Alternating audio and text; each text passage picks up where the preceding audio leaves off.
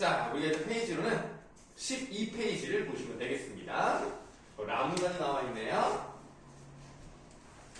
자, 도노의 집은 나고야에 있었습니다. 나고야 괄호하세요. 공간의 이동을 보고 있어요. 자, 늙은 아내와 어린 딸만 있을 뿐 집안에 달린 남자가 없어 오경을 집에 살게 하되 아내와 딸이 있는 내실에는 출입하지 못하게 했습니다. 그러니까 도누는 오경이 남자라고 생각하는 거예요. 오경은 도누를 속여 이렇게 말했다. 저는 본래 체격이 왜소하고 병이 많은 약골이라서 조선에 있을 적에는 젊은 남들이 하는 일을 하지 못했습니다. 바느질이나 밥 짓는 일만 할 수 있지 다른 일은 할 수 없습니다. 도누는 퍽 가렴이 어경, 오경에 사우라는 이름을 붙여주고 이게 여러분들 사우고가 이거를 배워야 되는 이유가 여기 나오는 거죠. 이 사자가 무슨 사자인지 알아요?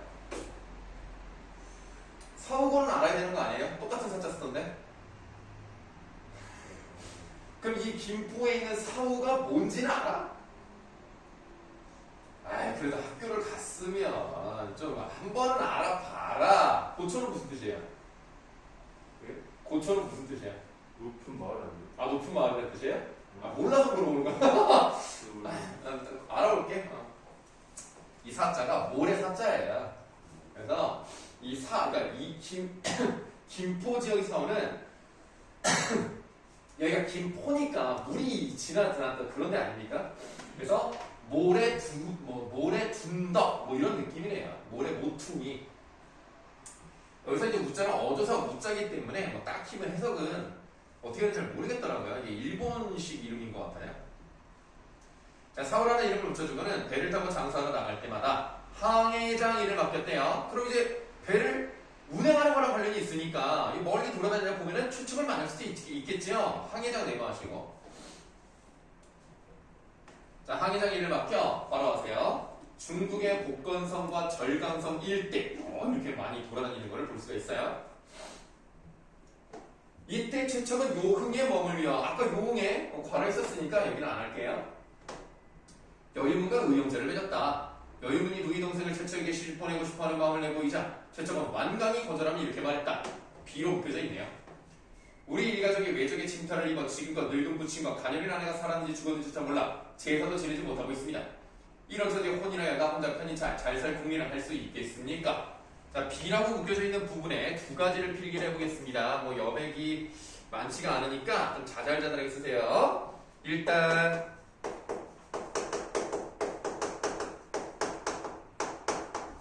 헤어진 가족을 걱정하고 있죠? 두 번째는 오경에 대한 변함없는 사랑.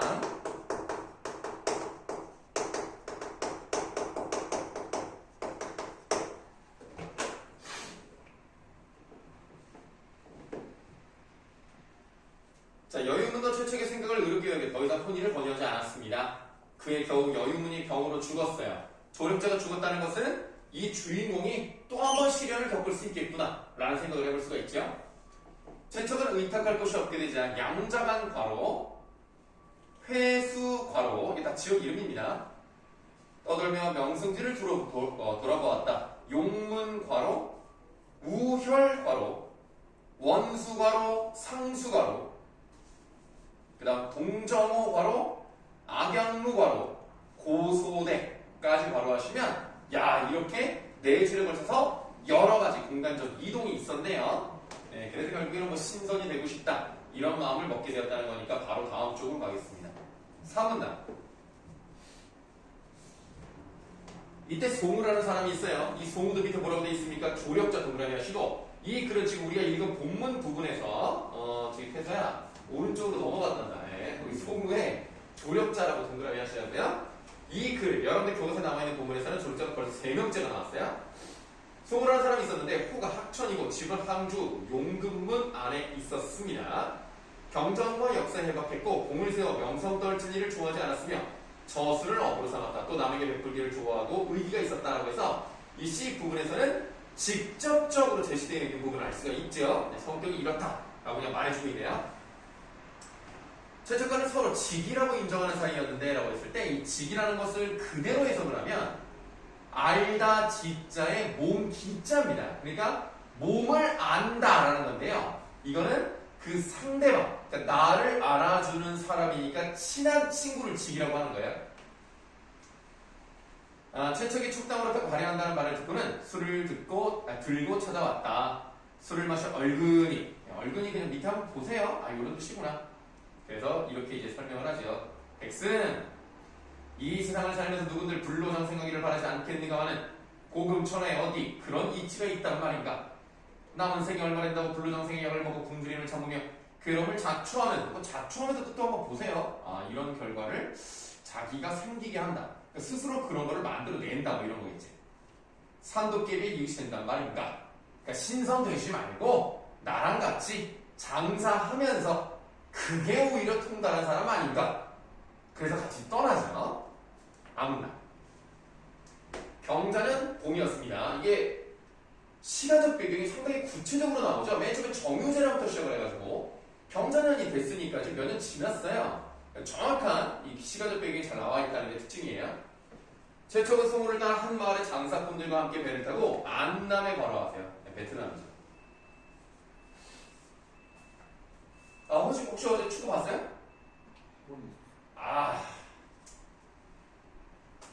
지금도 축구 좋아하니? 그래도 어제 최종에서는 어제 진짜 나 어제 장인어른이랑 같이 봤거든. 와, 기가 막히다. 손흥민 골이 진짜 기가 막혀서 정말. 나 흥민이 형 잘하고 난 형이야. 진짜 깜짝 놀랐어. 야, 그렇게 슛을 하는구나. 그랬다고요. 다음. 자, 이때 일본배 10여 척도 같은 폭에 정박해 있어. 벌써 밑밥 깔아내. 그쵸? 일본배 오경이 타고 있겠지. 자, 거기서 다다음 문단 최척은 이렇게 시작하는 부분도 볼게요. 최척은 홀로 선창에 기대 자신의 신세를 생각하다가 짐꾸러미 안에서 퉁소를 꺼내 슬픈 곡조의 노래를 한 곡 불어 가슴속에 맺힌 슬픔과 원망을 풀어보려 했습니다. 최척의 퉁소 소리에 퉁소 소리 네모 퉁소 소리에 바다와 하늘에 애처로운 빛을 띠고 구름과 안개도 수심에 잠긴 듯 했다. 이거 봐봐. 첫 번째 우리는 뭘 할 수 있냐면 퉁소 소리에 마치 바다와 하늘, 구름과 안개가 사람인 것처럼 감정을 가진 것처럼 의인화가 돼 있다. 그리고 잠긴 듯 했다니까 직유법이 사용됐다.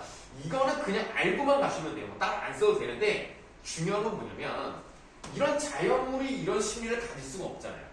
그러니까 결국 이 퉁소를 분 사람의 감정이 어떤지를 보여주는 방식이죠. 그래서 이 부분은 인물의 심리를 반영하는 거고요. 결국 내용 다 아시겠지만 퉁소 소리를 들었기 때문에 저쪽에서 시를 읽는다는 거죠. 그래서 오경과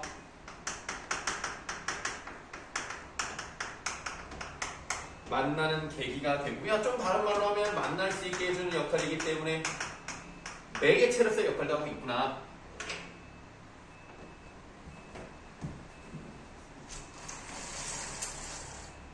비 오는데? 좀 생각보다 많이 오는데? 우산 갖고 왔어? 저기 데리러 오시나? 그럼 어떡해? 비 많이 오는데? 젊으니까 괜찮아. 젊을 때는 비도 맞고 잘하는 거야. 나도 젊을 때 많이 맞았어. 물론 지금도 젊어요. 그래서 뱃사람들과 그 소리에 놀라 일어나 모두들 서글픈 표정을 지었다. 그때 문득 일본배에서 연불하던 소리가 뚝 그쳤다. 잠시 후 조선말로 씨를 읊는 소리가 들렸다. 다음 쪽. 왕자교 퉁소 불 때에 달은 나지막하고 바닷빛 파란 하늘엔 이슬이 자욱하니 푸른 난새 함께 타고 날아가리니. 그 다음에 밑줄 한번 해볼게요. 복례사는 안개 속에서도 길을 잃지 않으리라고 되어 있는데 우리가 난새라는 것은 상상 속의 동물입니다. 공황과 비슷한 거라고 생각하시면 돼요. 그래서 그걸 타고 날아가는데 그렇게 날아갈 때 안개가 있어도 길을 잃지 않겠다는 것은 우리 앞을 가로막는 장애물이나 시련이 있더라도 우리는 그걸 헤쳐나갈 것이다. 이런 의미라고 보시면 되겠어요. 어떤 의지의 표현이다 라고 보시면 되겠는데 19번 문제를 한번 보세요. 이육사의 금옥입니다. 여러분들 이육사의 시를 자꾸 이렇게 한번 만나게 되는데 교목이라는 것은 큰 나무를 말해요. 높이가 15m 이상 되는 그런 나무입니다.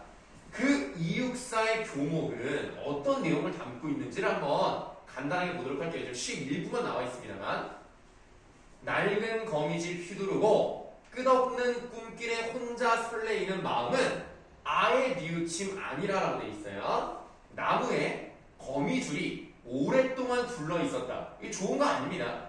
이게 부정적 상황이에요. 그럼에도 불구하고 꿈이 있어요. 그 꿈 꾸는 것을 통해서 나는 설렘의 감정을 갖는 거야. 그게 이루어질 것 같거든.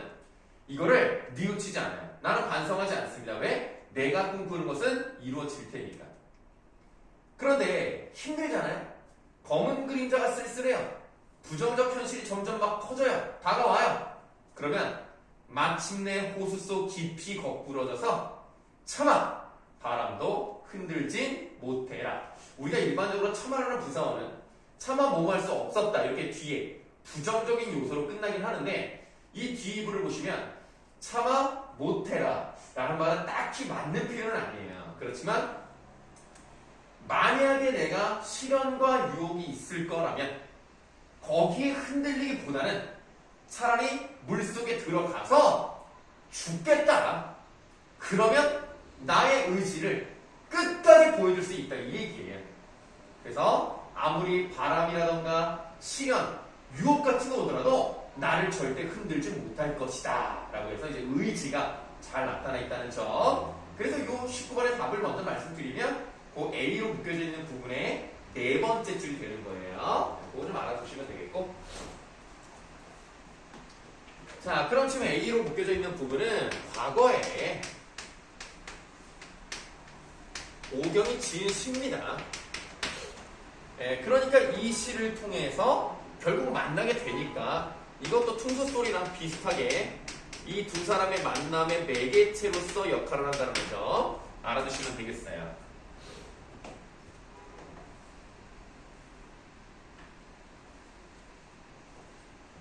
시 읊는 소리가 그치더니 읊는이라고 했단 말이에요. 이거 한번 해볼까요? 읊는이니까 여기서 이제 어떤 의문의 변동 현상이 일어나느냐 이거입니다. 자, 뭐가 일어나야 돼요?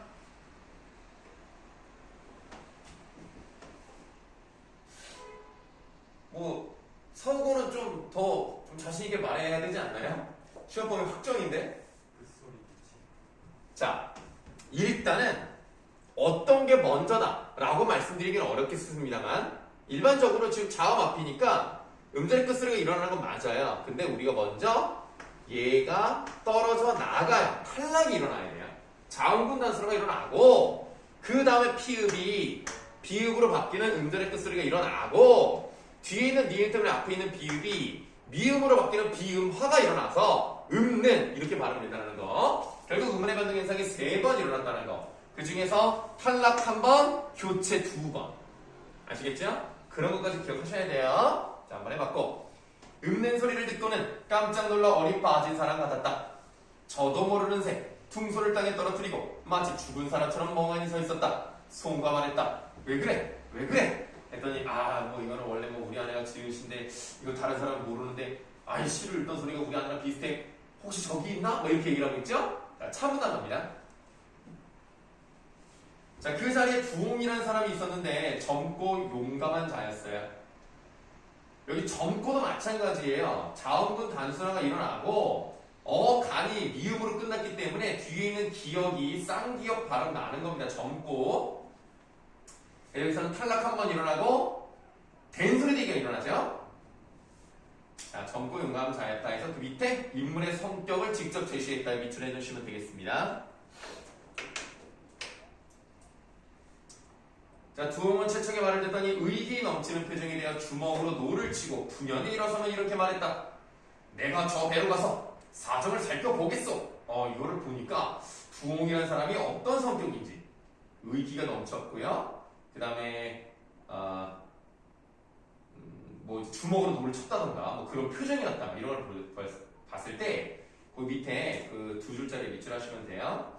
의기 넘치고 성급한 두옹의 성격이 간접 제시되었습니다. 표정과 행동을 통해서 보여주니까 간접 제시죠. 그러나 지금 가면 어수선해지고 다른 사람이 잠을 자는데 피해가 될 수 있으니까 내일 아침에 가자 라고 해서 그냥 아침에 가서 이제 얘기를 하죠. 다음 쪽 카문나. 오경은 어젯밤 배 안에서 최척의 퉁소 소리를 들었다. 조선가락인데다 귀에 익은 곡종인지라 혹시 자기 남편이 저쪽 배에 타고 있는 것이 아닐까 의심하여 시험삼아 예전에 지었던 시를 읊어본 것이었다. 그러던 차에 밖에서 최척이 말하는 소리를 듣고는 허둥지둥 엎어질 듯이 배에서 뛰어내려왔다. 최척과 오경은 마주보고 소리치며 얼싸안고 머리맡을 둥글었다. 기가 막혀 입에서 아무 말도 나오지 않았어요. 눈물이 나자 피눈물이 나왔으며 눈에는 아무것도 보이지 않았어. 두 사람의 뱃사람들이 이를 주위를 빙 둘러서서 구경하고 있었는데 처음에는 두 사람이 친척이거나 친구인가 보다 여기고 있었죠. 왜냐면 둘 다 남자라고 생각했으니까. 한참 뒤 이들이 부부 사이인 걸 알고는 모두를 놀라 감탄하고 서로 돌아보니 이런 말을 주고받았어요. 참 기하기도 하다. 하늘이 덥고 귀신이도 왔구나. 밑줄. 옛날에도 이런 일은 없었다. 이 전 세대에는 들어보지 못했다. 이거를 뭐라고 하느냐?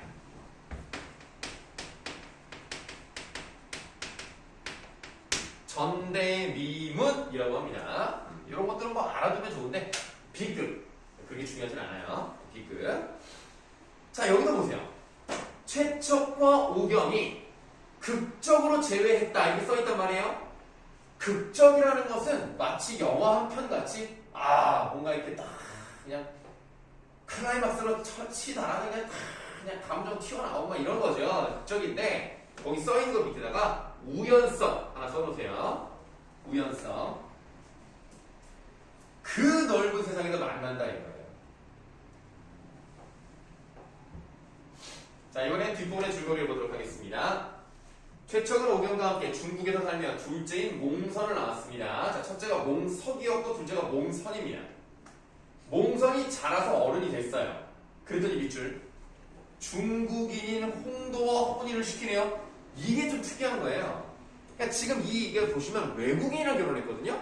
그러니까 이 당시에 외국인이랑 결혼한다는 게 굉장히 파격적입니다. 외국인과 혼인을 금기시하던 시대라는 걸 생각을 해봤을 때 상당히 진보적이에요.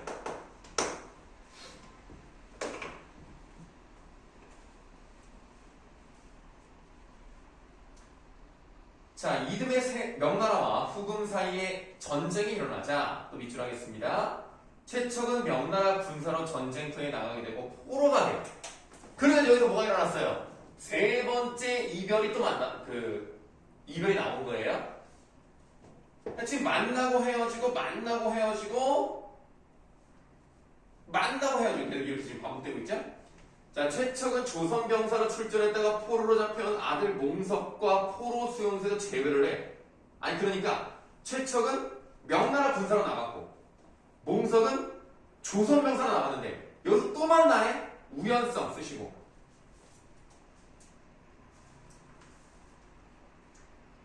최척과 몽석은 수용소를 탈출해 남원으로 돌아오고 오경도 몽선, 홍도와 함께 남원에 돌아와 최척과 제외하여 온 가족이 행복하게 삽니다. 고전소설의 특징 뭐가 나왔어요?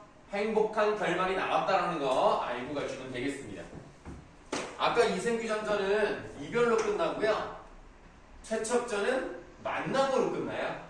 그러니까 이별로 끝나니까 비극적으로 끝날 수밖에 없는데 얘는 행복하게 끝납니다.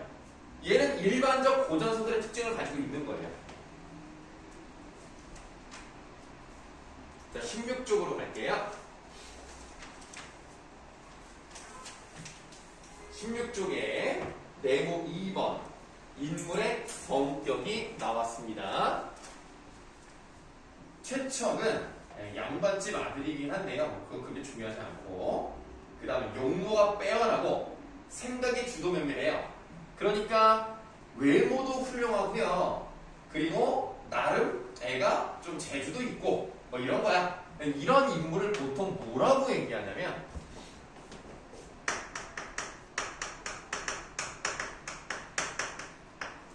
제자, 가인, 형 인물이라고 합니다. 제자라고 하는 것은 재주가 있다는 거예요. 재주가 있는 사람이고요. 가인, 아름다운 사람, 외모가 훌륭한 사람, 제자가 있는 인물이라고 보시면 되겠고요. 그 다음에 그 5번째 항목에 전쟁과 이산의 고통 속에서도 그 부분을 밑줄하세요. 전쟁과 이산의 고통 속에서도 사랑과 행복을 쟁취하는 의지적 인물입니다. 그걸 좀 아시면 되겠고, 그 다음에 네모 3번으로 갈게요. 인물이라고 되어 있는 부분에서 밑줄, 주인공들이 진취적인 성격과 현실을 극복하려는 의지를 지니고 있습니다. 자, 2번째 항목에 밑줄하세요. 강인한 의지와 지혜로 역경을 극복하고 사랑과 행복을 쟁취하는 여인상을 제시했습니다. 3번째 항목은 읽어보겠습니다. 밑줄 안 해도 돼요. 대부분의 고전소설에 등장하는 비범한 능력을 지닌 영웅적 인물이 아닙니다. 영웅적 인물이 아니고 적군의 포로가 되는 등 평범한이라고 쓰세요. 거기다가 평범한 인물을 주인공으로 설정했다는 점. 그래서 이따가 우리가 박시전 한번 해볼 건데, 박시전은 상당히 뛰어난 도수를 부리고 능력이 좋은 그런 여자가 나오는데 여기는 그런 사람이 없어요. 그냥 평범한 인물이 주인공입니다. 배경에서 밑줄, 기존 소설들에 비해 구체적 공간과 시간을 배경으로 합니다. 이게 좀 특이해요. 상당히 구체적이고 사실적입니다. 그래서 아까 뭐 1600년, 경자년 이렇게 딱 나오죠. 그 다음 공간적 배경은 어떤가 보세요. 남원을 중심으로 명나라도 가요. 일본 안남까지 동아시아를 막 왔다 갔다 한단 말이야. 그래서 소설 속 공간의 확장이라고 쓰시고, 거기 오른쪽에 살짝 여백이 있어요. 거기다가 이렇게 쓰겠습니다. 작품에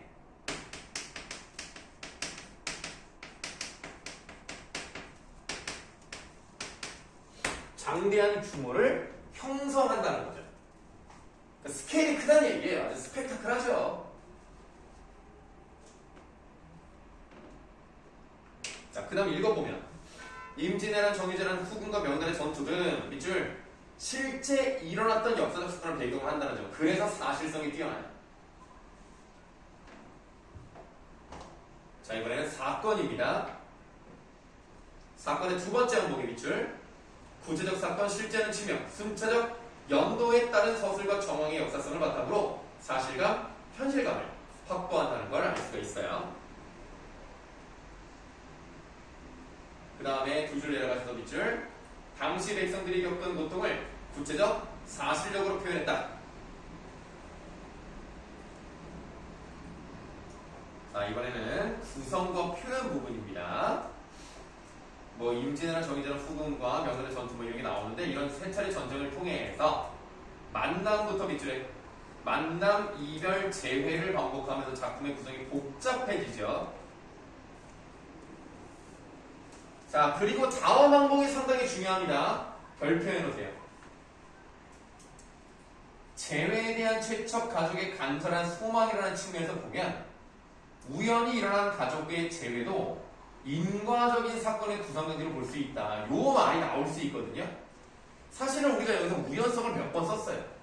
이렇게 만날 수가 있나? 이게 좀 우연적이다. 그러나 만약에 너무너무 간절히 만나고 싶다는 원인이 있었기 때문에 결과적으로 그 소원이 이루어졌다면 그런 의미에서는 인과적이다라고도 볼 수 있다는 점. 그거는 좀 기억을 해두셔야 될 것 같아요. 자, 그 다음에 대체로 순차적인 연도에 따라 서술하고 있기 때문에 밑줄에요. 연대기적 구성이라는 거. 연대기라는 말을 들어봤을 거예요. 근데 시간 순서에 따라서 쭉쭉쭉쭉 보여주는 거예요. 자, 네모 4번. 문학사적 가치인데요. 첫 첫째는 전라 속에서 인물이 겪는 고난과 역경, 이산의 아픔을, 그러니까 가족이 막 헤어지죠? 이산의 아픔을 사실적으로 표현함으로써 우리나라의 사회적 역사적 문제의 본질을 제기를 했는데, 다른 군담 소설, 예를 들면 박시정 같은 경우는 민족의 영웅의 활약과 무용감을 통해서 밑줄, 민족의 자부심을 높이고 현실의 패배에 대한 심리적 보상을 해주려 했단 말이에요. 어차피 문학이라는 것은 현실로 바탕을 하지만 현실을 바탕으로 한다고 해서 그대로만 쓰면 재미가 없단 말이에요. 병자호랑 같은 경우, 그러니까 최척전은 지금 임진왜란 중심으로 가지만 병자호랑 같은 경우는 정말 우리가 개박살 난단 말이에요. 우리나라가 인조가 청나라 그 태종한테 이렇게 절을 그러니까 고개를 이렇게 절을 3번 하고 머리를 한 번 할 때마다 이렇게 3번씩 박아요. 이렇게 바닥에다가. 그래서 우리가 3배, 뭐 952 이렇게도 표현을 합니다. 얼마나 치욕적이냐. 우리나라 왕이 저쪽 황제한테 그렇게 했다는 것부터가 이는 신하의 나라가 됐다는 거죠. 그럼 이제 백성들 입장에서는 굉장히 사기가 저하가 됩니다. 우리나라가 이거밖에 안 되는구나. 그랬을 때 문학이라는 허구적 장치를 통해서 그런 걸 극복해낼 수 있다면 정신적인 승리, 좀 이렇게 나쁘게 말하면 정신 승리죠. 뭐 어차피 졌는데 뭐 마음속으로나 정신회로 그냥 행복회로 돌려라 뭐 이렇게 말할 수 있겠습니다만 문학이라는 것은 그럴 수도 있는 거죠. 그래서 허구적인 장치를 통해서 민족적 자긍심을 높이는 그런 소설들이 있었으며 그게 바로 뭐다? 박시전입니다. 박시전을 한번 배워보도록 하죠.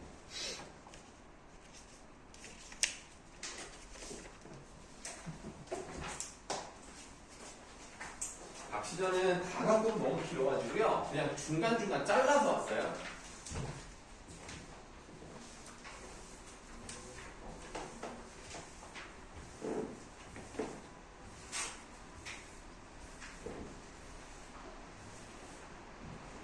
혹시 내가 너희들한테 L자 파일 줬었냐? 안 줬냐? 아, 바꿀 걸 그랬구나. 노란색 L자 파일을 다음 주에 드릴게요. 여러분들 그 선생님께 드리는 그 자료 같은 거를 거기에 껴놓으시면 편리하실 거예요. 자, 그럼 우리 박시전을 한번 보도록 하는데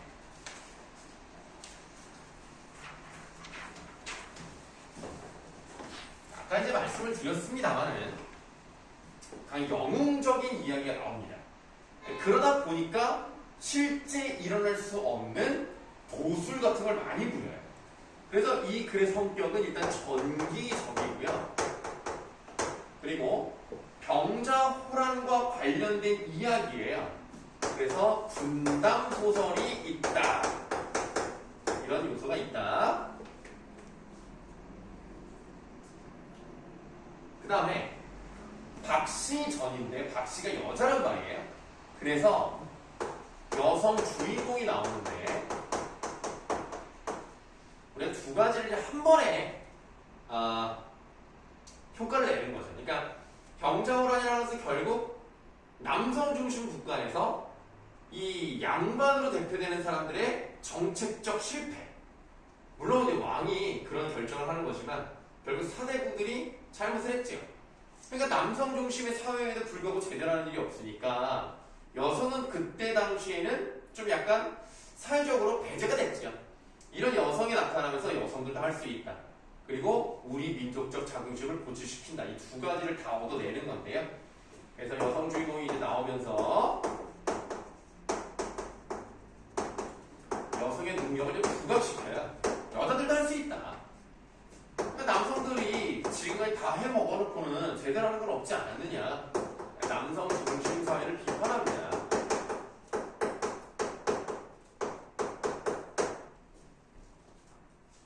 그래서 이제 여성들에게, 당시 여성들에게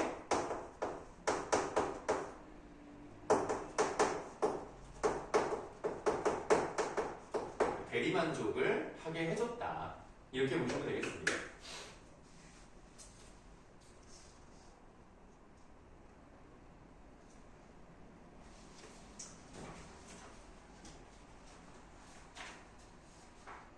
이 박시전은요 크게 두 가지로 나뉘는, 그러니까 두 가지 부분으로 나뉘는데요. 처음에는 이제 가정에 대한 이야기가 나와요. 그래서 이제 앞에 내용이 좀 잘려가지고 간단하게 좀 설명을 드리면, 박처사라는 사람이 있어요. 이름이 아니라 이제 박띠고 처사니까 벼슬에 나아가지 않고 그냥 자연 속에서 있는, 좀 이 사람도 도술을 부리는 좀 대단한 사람이에요. 그러니까 이 사람의 딸이 박씨입니다. 그래서 이제 그 박처사랑 이제 이득충이라는 사람이랑 친한데 이 사람의 아들이 이시백이에요. 그리고 이시백은 실존 인물입니다. 그러니까 이 사람이랑 이 사람이 결혼했다는 건 거짓말인데 실존했던 인물을 가지고 오는 건 맞아요. 그래서 진짜 있었던 일처럼 느껴지게 하는 거죠. 근데 박씨랑 이시백이랑 결혼을 시키는데 21은 좋아해서 그러는 게 아니에요. 그냥 부모님이 그냥 그렇게 하라고 했으니까 그렇게 해. 근데 20액도 뭐 결론적으로는 이제 높은 자리에 올라가기 때문에 능력이 좋았던 거고, 물론 박씨 도움이 있었습니다만, 박씨야말로 진짜 대단한 도술도 부리고 능력이 뛰어난 여자예요. 근데 문제는 뭐예요? 박씨가 너무 못생겼어요. 그러니까 여러분들이 이제 버전마다 좀 다르긴 한데요. 여러분들 동화책 같은 거에서도 박씨는 있어요. 그걸 보면은 우리가 이제 되게 일반적으로 이제 전형적으로 이제 못생긴 얼굴을 이제 그려놔요. 근데 어떤 경우는 못생긴 정도가 아니라 거의 뭐 괴물 수준으로 나와. 막 호리병이 막 이렇게 달려있고, 얼굴도 공보가 심하고, 막 무슨 이거는 사람이 아니다라고 할 정도로 생겼어요. 그래서 이 시댁이 처음 딱 보는데, 야, 이거는 뭐 여자는 커녕 그냥 사람이 아니야. 그래서 결혼한 날부터 안 만나. 결혼만 하지, 아예 이 방을 들어가지 않아요. 그러니까 박씨가 얼마나 외롭냐. 박씨도 이제 나름 양반가 여자잖아. 이렇게 결혼을 했으니까. 그래서 시비라고 해서 몸종이 있어요. 몸종 개화라는 여자랑 이제 같이 지내고요. 그리고 자기 방에 이제 들어오질 않으니까 피화당이라는 데를 만들어가지고 화를 피하는 집이에요. 여기를 만들어서 계속 혼자 살아요. 그렇게 몇 년을 삽니다. 그러다가 이제 여기 나와 있는 내용이 박처사가 찾아와서 이제 야, 이제 너 고생 많이 했다. 허물을 벗어라! 해가지고 허물을 뿅 벗는 뭐 그런 내용이 나오는 거예요. 자, 이제 보도록 하겠습니다. 자, 여기서 이제 박처사가 이제 그 이득준, 이상공을 만나러 온 거예요. 이제 만나러 와서 박처사가 하는 말로 시작하는 겁니다. 밑줄. 사람의 팔자와 기륭화복은 다 하늘에 달린 것입니다. 하늘에 달린 것입니다 라고 했기 때문에 어떤 가치관이 나왔다고 봐야 돼?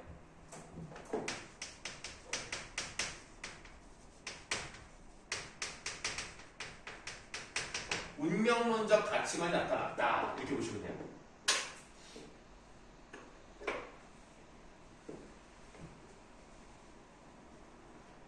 어찌 그리 지나친 걱정을 하십니까? 처사가 담담하게 말하니 상공도, 원래 상공이라는 것은 어느 정도 이제 높은 벼슬을 지니고 있는 사람들 이제 두루두루 말하는 겁니다. 당연히 남자면서 사대부면서 높은 관직을 갖는 사람 정도로 생각하시면 돼요. 자, 상공도 미안한 마음을 조금 덜 수 있었다. 이후 상공은 처사와 더불어 날마다 밥을 누기도 하고 또 피리를 불면서 즐겁게 지냈다. 하루는 처사가 후원으로 들어가 딸을 불러 앉혔다. 너의 애군이 다 끝났으니 누추한 허물을 벗어라. 그러니까 이제 이 여자가 외모가 정말 추했던 거는 애군 때문이었다. 이제 애군이 다 됐기 때문에 이제 예뻐질 수 있어요. 처사는 허물을 벗고 변화하는 술법을 딸에게 가르친 뒤 말하였다. 허물을 벗고는 버리지 말고 시아버지에게 오그로 된 함을 짜달라고 해서 그 속에 넣어두거라. 그러고는 딸과 함께 정담을 나누다가 밖으로 나와 상공에게 작별 인사를 드렸다. 상공이 못내 섭섭해하며 만류했지만 처사는 늦지 않았다. 할 수 없이 한 잔 술로 작별을 구하고 문 밖으로 나가 전송하였다. 지금 헤어지면 다시 만나기 어려울 것입니다. 늘 건강하시고 복을 누리시기 바랍니다. 상공이 깜짝 놀라며 물었다. 그것이 무슨 말씀이십니까? 이제 상공과 이별하고 산에 들어가면 다시 속세로 나오지 못할 듯하여 드리는 말씀입니다. 상공이 슬프게 작별 인사를 하니 처사는 이제 각진가로 여시고요. 처사가 학을 타고 공중에 올라가 오색 구름을 헤치며 나아갔다. 닫으시면 박처사의 비범한 능력이 나왔죠. 평범하지가 않아. 이거 아주 대단한 능력이 나왔어. 자, 그리고 여기서 우리가 이제 고전 소설의 특징이 전기성이 나타났다는 걸 알 수가 있죠.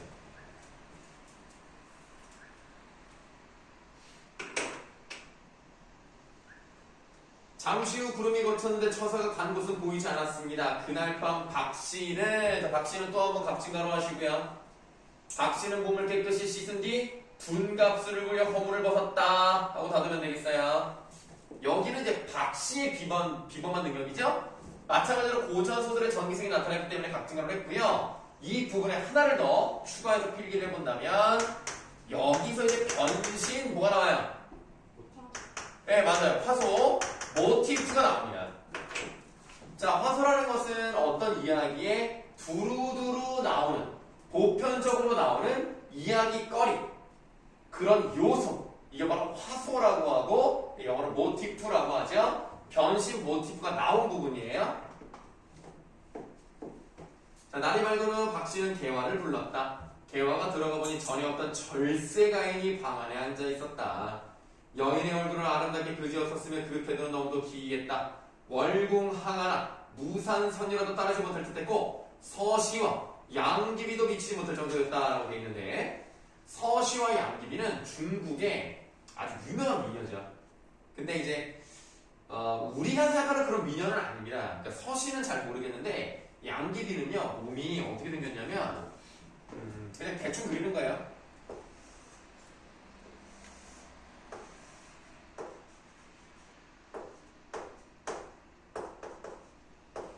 양귀비 약간 이렇게 생겼어요.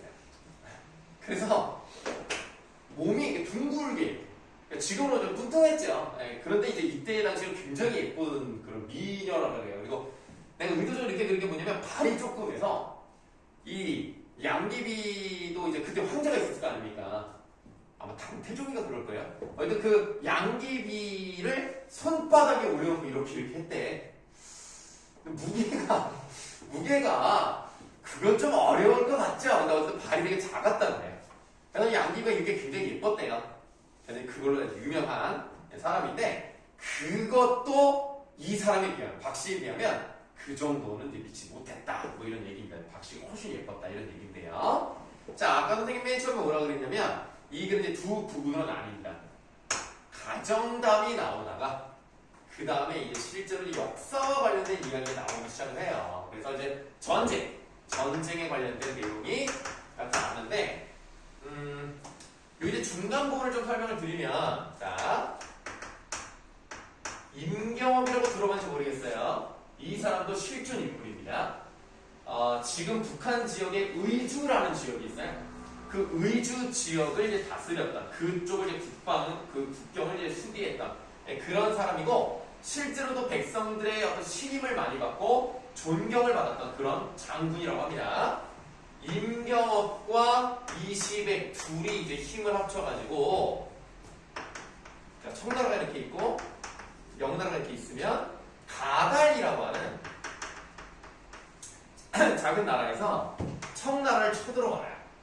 이때 청나라는 좀 힘이 약했을 때 청나라입니다. 명나라도 힘이 셌을 때인데, 가달이 이렇게 공격을 하니까 청나라가 미치겠는 거야, 지겠어. 그래서 명나라에 요청을 해요. 우리 좀 살려달라. 좀 군사를 좀 지원해주고 좀 무기도 지원해주면 되겠다. 그래서 이제 명나라를 섬기는 조선에서도 이제 보내는 거죠.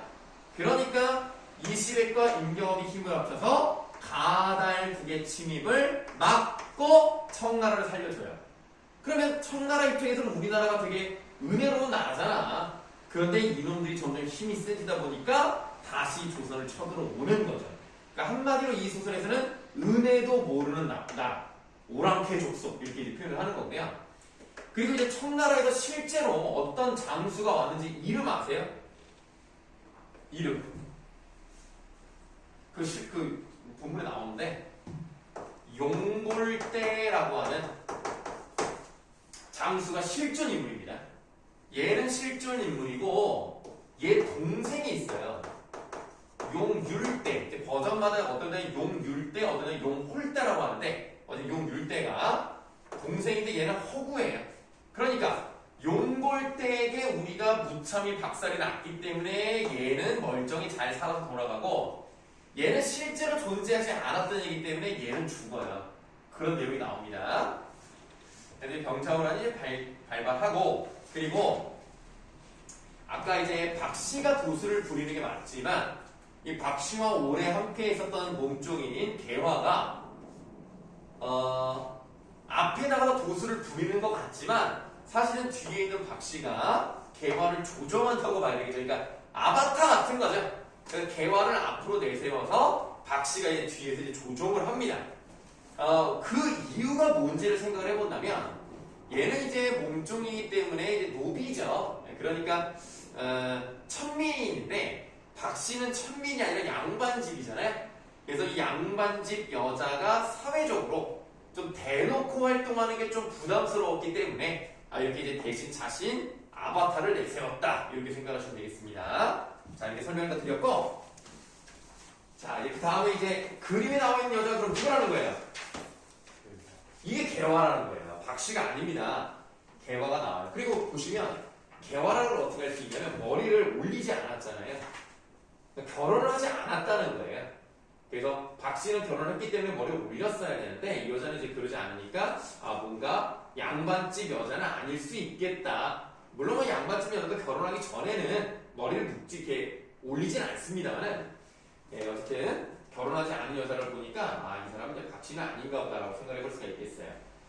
지금 내용이 좀 점프를 했고요. 중간에 이제 용율대는 죽은 상태입니다. 자, 읽어보도록 합시다. 자, 이때 나무 사이로 한 여자가 나타났어요. 그게 이제 개화라는 거죠. 어리석은 용골대야. 용골대 괄호하시고요. 아까 말씀드렸습니다. 실존 인물이라고 쓰시고, 실존 인물이 나왔다는 것은 어떤 효과가 있어요? 사실성을 높여주는 효과가 있어요.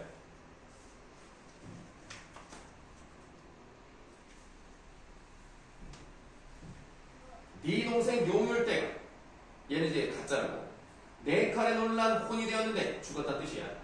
너까지 내 칼에 죽고 싶어 이렇게 찾아왔느냐? 용골대는 이 말을 듣고 분을 참을 수 없었다. 밑줄, 대체 어떤 계집이 감히 장부를 희롱하느냐? 그러니까 어떻게 여자가 지금은 남자한테 까불어 이런 얘기니까 이 당시에 여성을 무시하던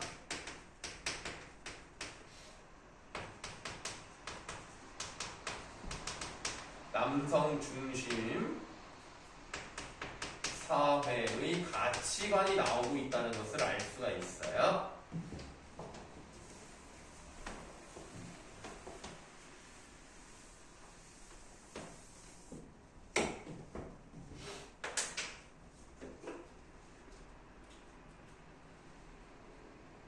자, 불행하게도 내 동생이 네 손에 죽었지만 나는 이미 조선 임금의 항서를 받은 몸이다.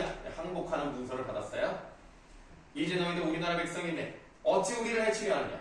나라가 무엇인지도 모르는 여자로구나. 살려둬도 쓸데가 없으니 나와서 내 칼을 받아라. 개화가 들은 척도 아니하고 계속해서 용울대의 머리만 가리키면서 용울대에 죽어서 머리가 잘렸어. 조롱을 하였다. 나는 충렬부인, 다시 말하면 박씨야. 박씨의 시비 개화다.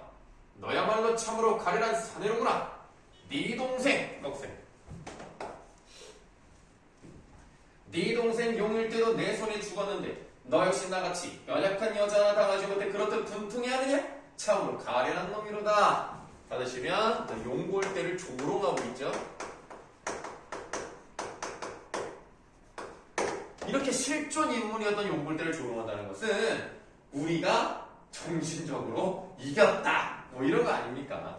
그래서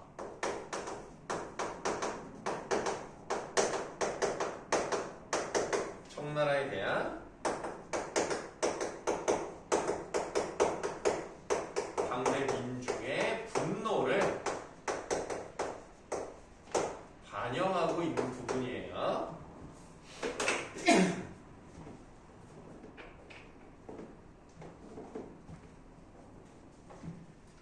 용골 때는 끓어오르는 화를 참지 못하고 새로 만든 화에 외전이라고 해서 원래 이 외자를 쓰면 작다는 뜻이에요. 그래서 우리가 일본 사람들이 옛날에 키가 작아가지고 외구, 외적 이렇게 표현한 거예요. 외전을 먹여 쏘았다.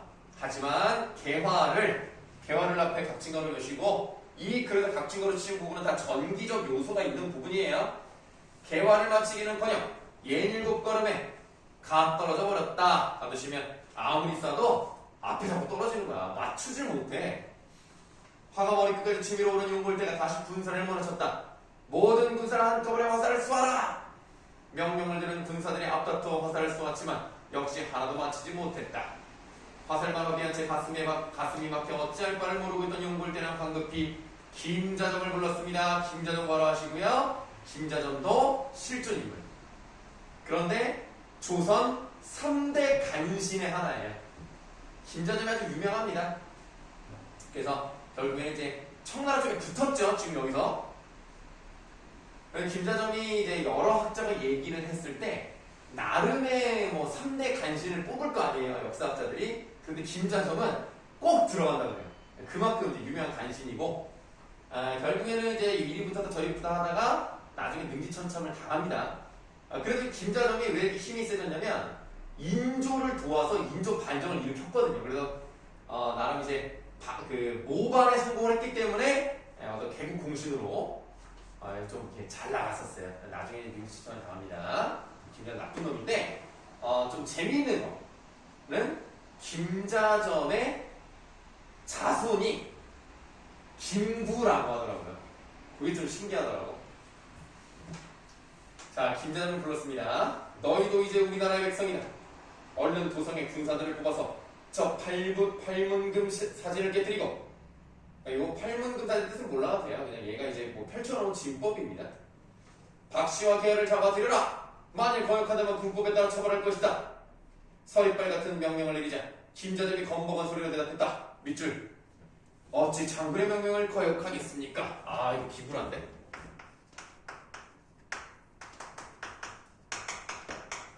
간신의 모습을 딱 보여주고 있죠.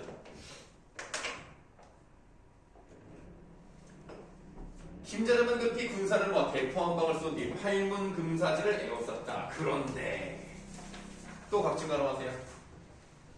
갑자기 그 진이 변하여 100여 길이나 되는 늪이 되었다. 이거 닫아봐. 이거 전기적 요소가 계속 나오고 있죠 지금. 갑작스러운 일에 당황하던 용골대가 꾀를 내어 군사들에게 팔문진 사면에 못을 파괴한 뒤 화약을 묻게 했다. 너희가 아무리 천가지로 변하는 술수를 갖다고 한들 오늘이 어찌 살기를 바란다. 목숨이 아깝거든 바로 나와 몸을 던져라. 피와 당을 향해 무수히 욕을 했지만 고요한 정적만 들을 뿐 집안에서는 아무 소리도 들리지 않았다.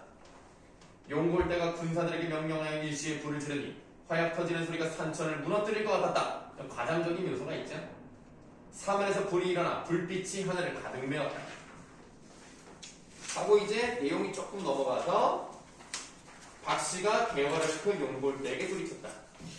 무지한 오라키놈들아 내 말을 들어라. 조선의 우수가 살아와 은혜도 모르는 너에게 패배를 당했지만, 그러니까 아까 말씀드렸어요. 요 가달국이 쳐들어온 거를 도와줬단 말이야. 그 은혜를 100% 줬는데도 그걸 몰라. 그 얘기를 하는 거야.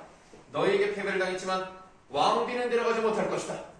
실제로 여러분들 병자호란때 왕비는 데려가지 않았습니다. 이제 그런 걸 반영을 한 거예요. 만일 그런 뜻을 준다면 내 너희를 몰살할 것이니 당장 왕비를 모셔오너라. 하지만 용골대는 오히려 코웃음을 날렸다. 참으로 가소롭구나. 우리는 이미 조선왕의 항서를 받았다. 데려가고 안 데려가고는 우리 뜻에 달린 일이니 그런 말은 입 밖에 내지도 마라.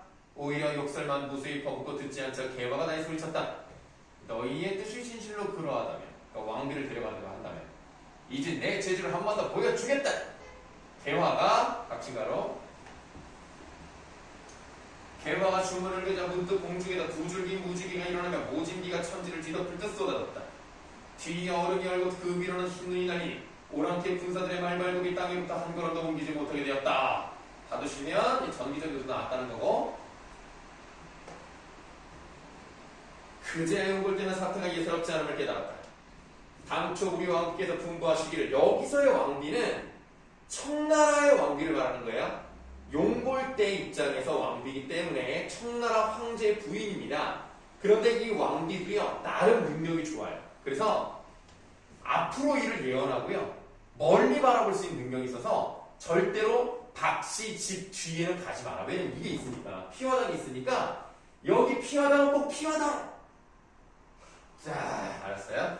피해라! 이랬죠? 그래서 피하라 그랬는데 그 말을 안 듣고 뭐 별일이 있겠어 갔더니 진짜 이런 일이 일어나고 있는 거죠.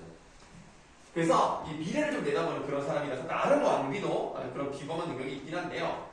장안에 신이 있을 것이니 20에게 후원을 범치 말라 하셨는데 과연 그것이 틀린 말이 아니었구나. 지금이라도 부인에게 비록 무사히 돌아가는 편이 낫겠다. 그 다음 밑줄. 용골대가 갑옷을 벗고 창칼을 버린 뒤 무릎을 꿇고 해거라했다. 이거 아니거든요. 이거 가짜예요. 이거 역사적 사실이 아닙니다. 이런 적이 없어요. 그래서 이 부분은 아까부터 계속 말씀드렸어요. 병자호란의 치욕을 어떻게 문학적으로 나와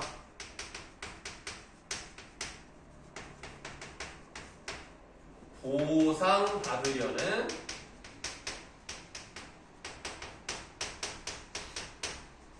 의도에 해당이 됩니다.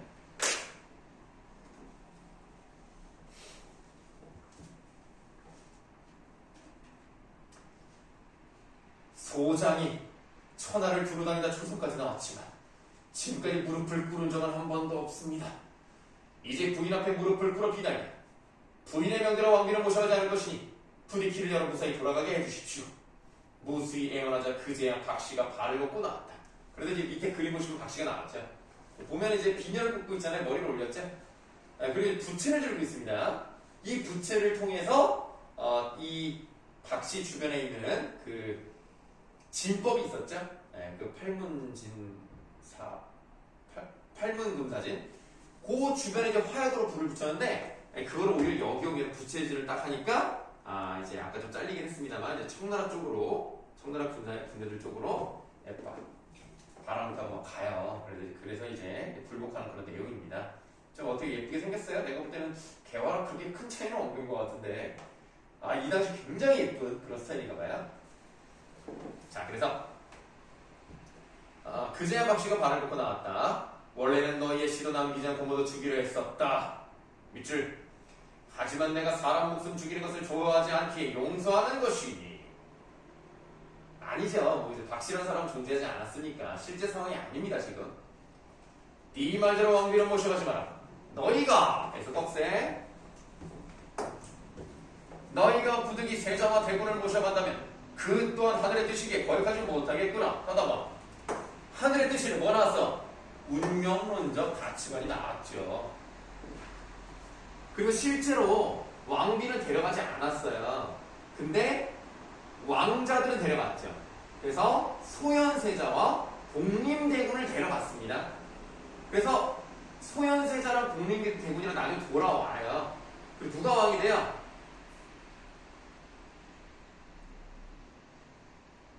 그렇습니다, 여러분들. 복림대군이 왕이 되고요. 인조 다음 왕이 누굽니까? 명?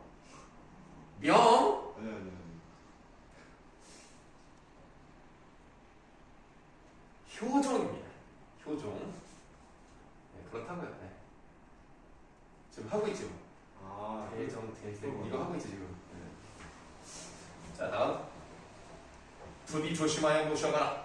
그렇게 하지 않으면 신장과 갑옷 입은 군사를 모아 너희를 다 죽이니 너희 국왕을 사로잡아 군함을 풀고 무지한 백성까지 남기지 않을 것이다. 나는 각진가로 나는 앉아있어도 모든 일을 할 수 있다. 받으면 똑같아요. 비보만 능력 나왔어요. 부디 내 말을 명심하여라. 오랑캐 병사들은 황급히 머리를 조아리고 옹볼 때는 다시 애원을 했다. 말씀드리기 황송하오나 소장 아우의 머리를 내주시면 부인의 태산 같은 은혜를 잊지 않을 것이옵니다. 하지만 박씨는 고개를 저었다. 듣거라. 옛날 조양자는 지백의 머리에 못질하여 두고 진양성에서 패한 원수를 갚았다 하더구나. 우리도 꺽쇠. 우리도 용율대의 머리를 내어주지 않고 남한사정에서 패한 분을 조금이라도 풀 것이다. 받으시면 실제로 일어난 일은 아니라는 거죠. 이 용율대라는 사람도 없었지만 그 사람을 잡아다가 뭐 좀 징그러운 얘기인데 이제 얼굴에다 이제 머리통을 이렇게 쓱 해가지고 속을 이렇게 비해가지고 거기다가 이제 그 오칠을 해서 그 항아리처럼 색깔을 나게 해서 거기다가 이제 이거 이제 극단적인 경우인데 술잔으로 만드는 경우도 있다고 하더라고요. 그래서 그런 거를 지금 얘기하고 있는 건데 결국에는 이제 그 우리가 병자론의 그 치욕이 있죠. 치욕을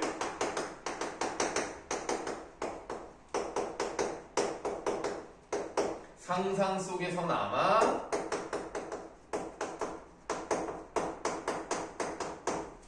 갚으려는 의도가 드러나 있다.